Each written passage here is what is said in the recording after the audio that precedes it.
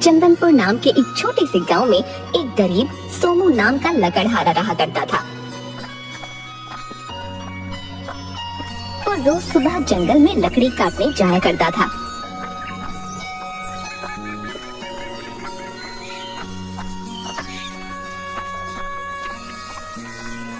एक दिन, अरे भाई आज तो सारी लकड़ियों को काट ही दूंगा। हाँ, आज ये बेचकर जो भी पैसे आएंगे और मिला को उनसे ताजा मछली ला कर दूंगा। बेचारी कब से बोल रही है, खुश हो जाएगी। सोमू को इस आस में कि ज्यादा लकड़ी काटकर आज ज्यादा पैसे कमाऊंगा, लकड़ी काटते काटते शाम हो जाती है। तभी सोमू के पास एक सेठ भागते हुए आता है, जिसके हाथ में एक धन की पोटली थी। अरे भाई मुझे जल्दी से कहीं छुपा दो, मेरे पीछे कुछ लुटेरे डाकू पड़े हैं भाई, जल्दी करो भाई। अरे अरे सेठ जी, आप चिंता मत कीजिए, जल्दी से उस बड़े पेड़ के पीछे छिप जाइए। सेठ पेड़ के पीछे छिप जाता है। तभी वहाँ 4 लुटेरे डाकू आ जाते हैं। क्यों रे, क्या तूने यहाँ किसी सेठ को भागते हुए देखा है? बता हमें। नहीं नहीं डाकू महाराज, मैंने तो किसी भी सेठ को यहाँ से भागते नहीं देखा। तभी एक डाकू जो तोतला होता है, अले तो लक्कल हाले, तुम सच बोल रहे हो ना? उस सेठ के हाथों में एक दंती तोतली भी थी। अगर तुमने हमें थूत बोला तो तुम्हारी ठहल नहीं। हाँ समझे तुम, हम लुटेले दातू हैं। हाँ लुटेले दातू। डाकू भाई जरा रुक कर बोलोगे तो खुद समझ में आ जाएगा। मुझसे सुपारी थूक दो ना। ताले मेरा मजाक बनाता है ताले है?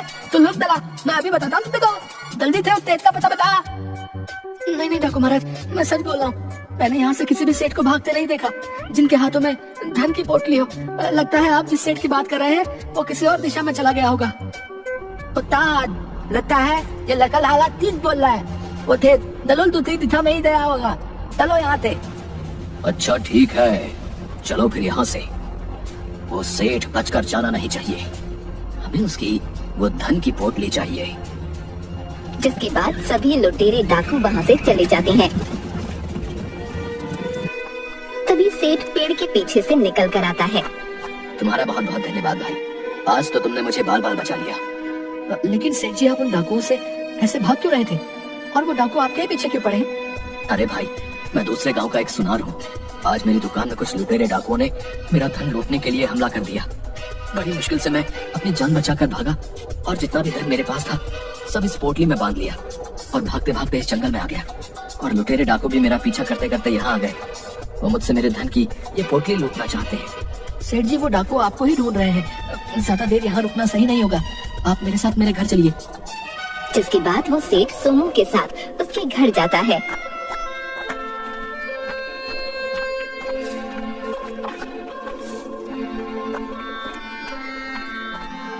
तभी सोमू की पत्नी सोमू से, अजी आ गए आप, मैंने आपसे कहा था ना मुझे आज मच्छी ही खानी है, और ये क्या आप किसे अपने साथ लाए हैं जी?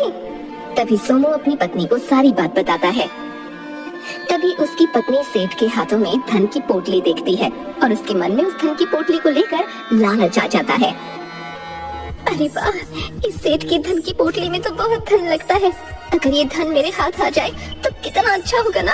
हाय हाय, हमारे तो मजे ही आ जाएंगे। हाँ अरे सेठ जी आप चिंता मत कीजिए, आप यहाँ हमारे घर में रुक सकते हैं, लेकिन अगर यहाँ लुटेरे डाकू आ गए तो आपकी इस धन की पोटली को वो लूट कर ले जाएंगे। आप अपनी इस धन की पोटली को मुझे दे दीजिए, मैं इसे संभाल कर रख देती हूँ, न जाने कब यहाँ डाकू आ जाए। तभी सोमू अपनी पत्नी के मन के लालच को भांप लेता है। नहीं नहीं सेठ जी, आप एक काम कीजिए, मेरे घर में ही एक गड्ढा खोदकर उसमें ही अपनी ये धन की पोटली छुपा दीजिए। वो डाकू कभी नहीं जान पाएंगे आपने अपने धन की पोटली कहाँ छुपाई है। हाँ ठीक है भाई, अगर तुम कहते हो तो मैं अपनी इस धन की पोटली को तुम्हारे घर की जमीन में गड्ढा खोदकर छुपा देता हूँ।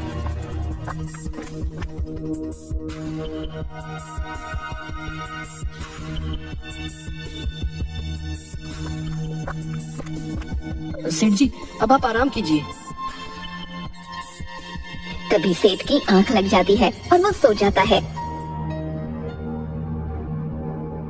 सोमू सेठ की धन की पोटली जिस जगह छुपाई थी वहाँ खड़ा रखवाली करने लगता है। अरे अगर डाकू आ गए तो सेठ के साथ साथ मैंने जो जमा पूंजी लकड़ी बेचकर वर्षों में जमा की है वो भी चली जाएगी। नहीं नहीं, मैं ये नहीं होने दे सकता।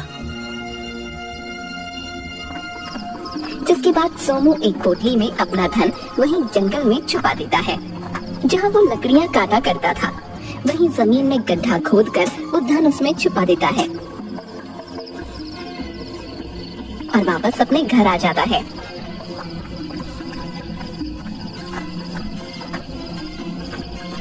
थोड़ी देर बाद सोमू के घर पर चारों लुटेरे डाकू आ जाते हैं।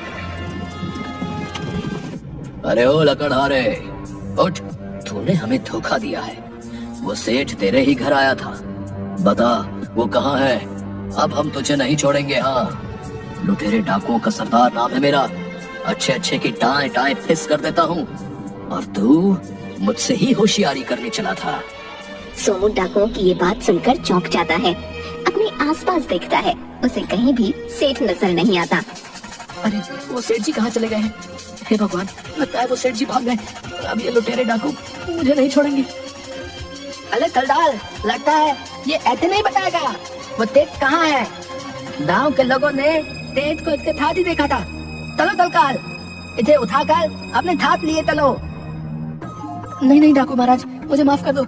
मुझे नहीं पता वो सेठ का है, वो सेठ की धन की पोटली का है। मुझे नहीं पता सरकार, वो सेठ थोड़ी देर पहले तो यही था, लेकिन अब मुझे नहीं पता वो कहाँ गया। डाकू महाराज, माफ कर दीजिए मुझे।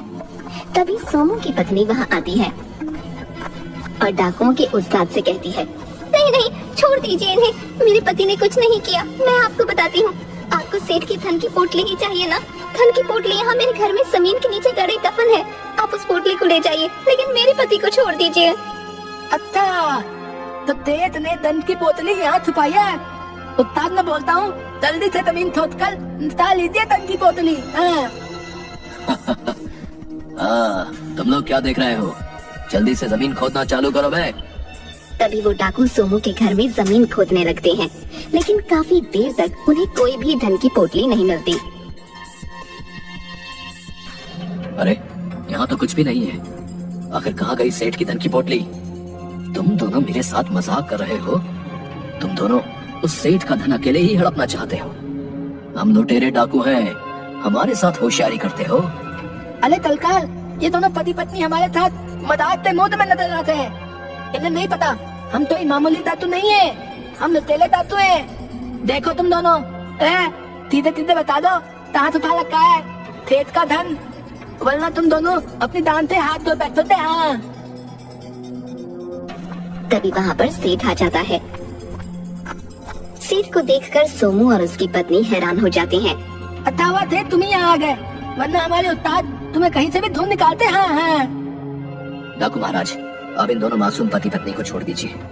इन्हें नहीं मालूम कि मैंने अपना धन कहाँ छुपाया है। जब समूह की आंख लग गई थी तो मैं खुद ही उठकर अपने धन की रखवाली करने लगा, और मैंने तुम्हें आधा देख लिया था, इसलिए मैं अपने धन की पोटली उठाकर वहां से भाग गया। तुम चलो मेरे साथ डाकू महाराज, मैं आपको अपने धन की पोटली देता हूँ, लेकिन सोमू को छोड़ दो। जिसके बाद सेठ और सोमू उन चारों डाकुओं के साथ उसी जंगल में जाते हैं जहाँ सोमू लकड़ी काटा करता था।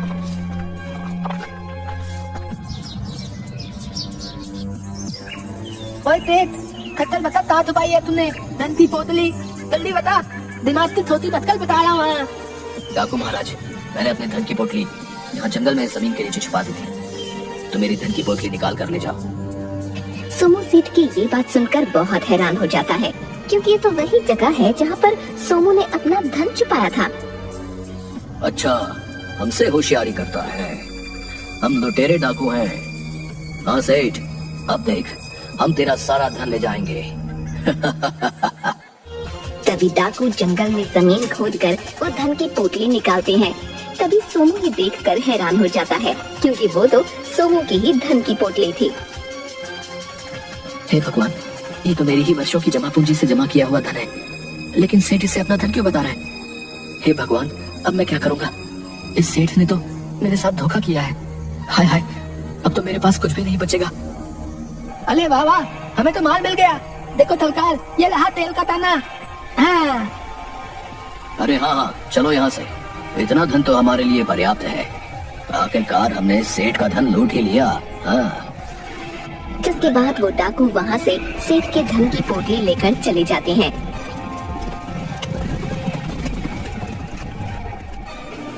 सेठ जी आपने ऐसा क्यों किया?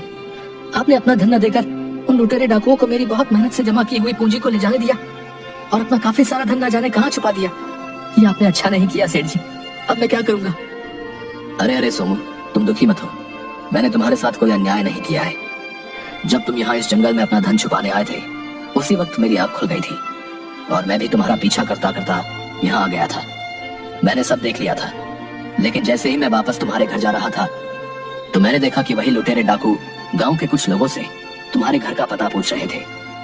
मैं जान गया था कि अब ये मुझे ढूंढते ढूंढते तुम्हारे घर ही आएंगे, इसलिए डाकुओं के तुम्हारे घर पहुंचने से पहले ही अपना छुपाया हुआ धन तुम्हारे घर से निकाल कर ले गया था। लेकिन मुझे मालूम था बिना धन लिए लुटेरे डाकू वापस नहीं जाएंगे, इसलिए मैंने अपने धन के बजाय तुम्हारे धन का रास्ता उन्हें बता दिया, क्योंकि मेरा धन तुम्हारे धन से कई गुना अधिक था। तभी सेठ अपने कुर्ते की जेब से धन की पोटली निकालता है और पोटली में से काफी सारे सोने चांदी के जेवर सोमू को देता है। ये लो सोमू, तुम्हारा जो धन लुटेरे डाकू लेकर गए हैं ये उनसे कई गुना ज्यादा है। अब तुम अच्छे से अपनी जिंदगी बिता सकते हो।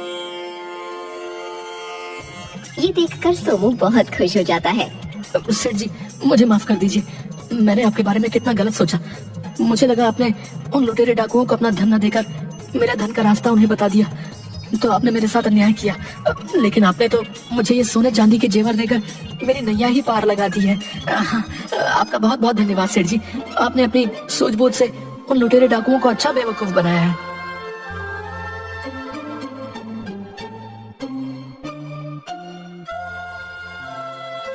इसके बाद सोमू अपनी पत्नी उर्मिला के साथ खुशी खुशी रहने लगता है।